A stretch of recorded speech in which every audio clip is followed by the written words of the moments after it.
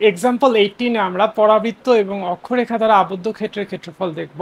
তো কোশ্চেনটা কি বলছে, y equals to x into x minus three, এটা একটা পরাবৃত্ত এবং এক্স অক্ষ দ্বারা আবদ্ধ ক্ষেত্রের ক্ষেত্রফল বের করো। এখন চ্যালেঞ্জ হচ্ছে এরকম পরাবৃত্তের গ্রাফ কিভাবে আঁকতে হয়।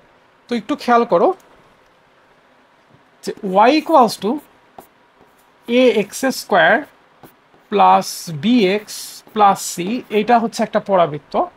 হ্যাঁ, যারা পরাবৃত্তের চ্যাপ্টার খুব ভালো করে বুঝছো তারা জানো যে এটা একটা পরাবৃত্ত এবং এইখানে এক্স স্কোয়ারের সহগ হচ্ছে এ, এক্স স্কোয়ারের সহগ হচ্ছে এ। এই এ যদি পজিটিভ হয়, দ্যাট মিনস এ যদি জিরোর চেয়ে বড় হয়, তাহলে পরাবৃত্তটা দেখতে হয় এই রকম। তার মানে পরাবৃত্তের অক্ষরেখাটা হয় ওয়াই অক্ষের সমান্তরাল, এটা হচ্ছে পরাবৃত্তের অক্ষরেখা। এই অক্ষরেখাটা হয় ওয়াই অক্ষের সমান্তরাল, ঠিক আছে। তাহলে এক্স স্কোয়ারের সহগ পজিটিভ হইলে পরাবৃত্তটা দেখতে হবে এরকম।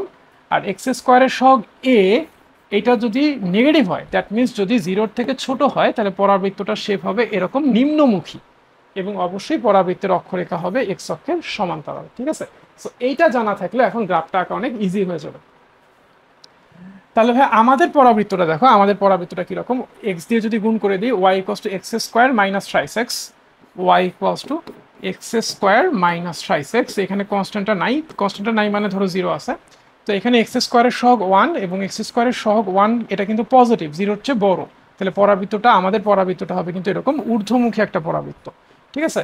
তো এরকম ঊর্ধ্বমুখী একটা পরাবৃত্ত এক্স অক্ষকে স্পর্শ করতে পারে, ছেদ করতে পারে, আবার স্পর্শ ছেদ কোনোটাই করে নেই এমনটাও কিন্তু হইতে পারে। তো কি করছে না করছে সেটা আমরা কিভাবে বুঝবো সেটা একটু বলি তোমাদের। আমরা এখন গ্রাফটা আঁকবো এবং বলে নিছি আগেই যে এই পরাবৃত্তটার এক্স স্কোয়ারের সহগ ওয়ান পজিটিভ হওয়াতে পরাবৃত্তটা হবে ঊর্ধ্বমুখী পরাবৃত্ত। এখন গ্রাফে দেখি, গ্রাফটা দেখি।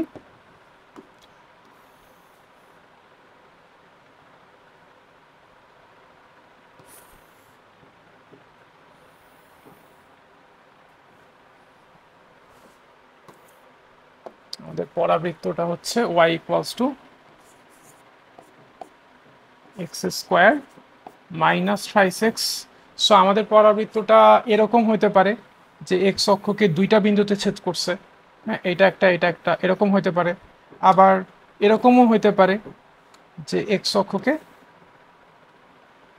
ছেদ করে নেই কিন্তু একটা বিন্দুতে স্পর্শ করছে, এরকমও হতে পারে।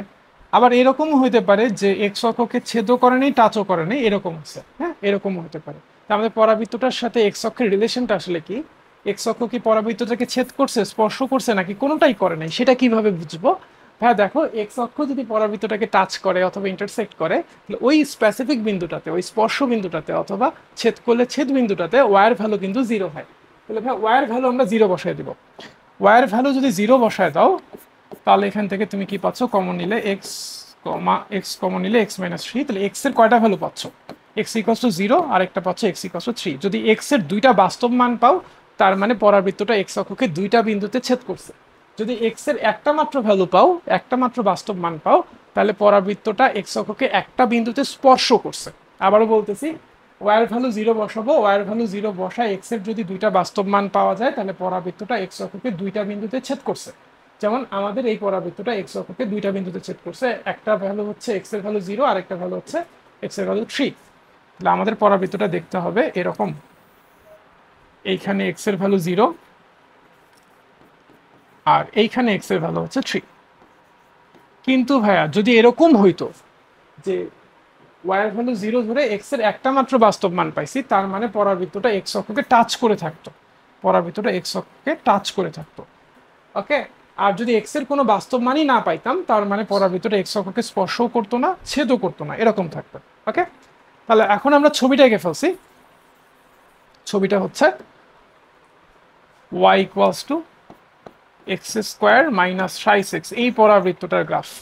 এখন প্রশ্নে বলছে এই পরাবৃত্তটা এবং এক্স অক্ষ দ্বারা আবদ্ধ ক্ষেত্রের ক্ষেত্রফল বের করতে হবে। তো আবদ্ধ ক্ষেত্রটা কতটুকু, এইটা, এই আবদ্ধ ক্ষেত্রটার ক্ষেত্রফল বের করতে হবে, ওকে।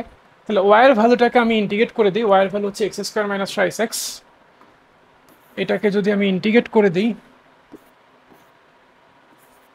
এক্স এর সাপেক্ষে এবং লিমিট যদি দিই, এই পয়েন্টের এক্স এর ভ্যালু জিরো আর এই পয়েন্টের এক্স এর ভ্যালু থ্রি, সো জিরো থেকে থ্রি যদি লিমিট দেই, তাহলে আমি কতটুকু এরিয়া পাবো, এই যে দাগানো অংশটার ক্ষেত্রফলটা পেয়ে যাবো, ঠিক আছে। কিন্তু এই দাগানো অংশটা কিন্তু এক্স এক্স অক্ষের নিচে অবস্থিত এবং ইন্টিগ্রেশনটাও করতেছি এক্স এর সাপেক্ষে।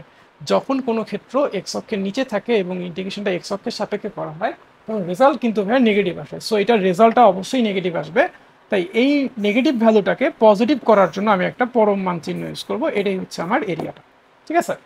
ওকে, তাহলে এবার এই এরিয়াটা কি, এরিয়াটা কত আসে অ্যাকচুয়ালি সেটা আমরা ক্যালকুলেট করব এবং ক্যালকুলেট করে আমাকে কমেন্টে একটু জানাই দিতে হবে। আমি ভেরিফাই করে দেখবো তোমাদের ভ্যালুটা ঠিক আছে কিনা। ওকে, তাহলে আজকে এ পর্যন্তই, দেখা হবে নেক্সট ভিডিওতে।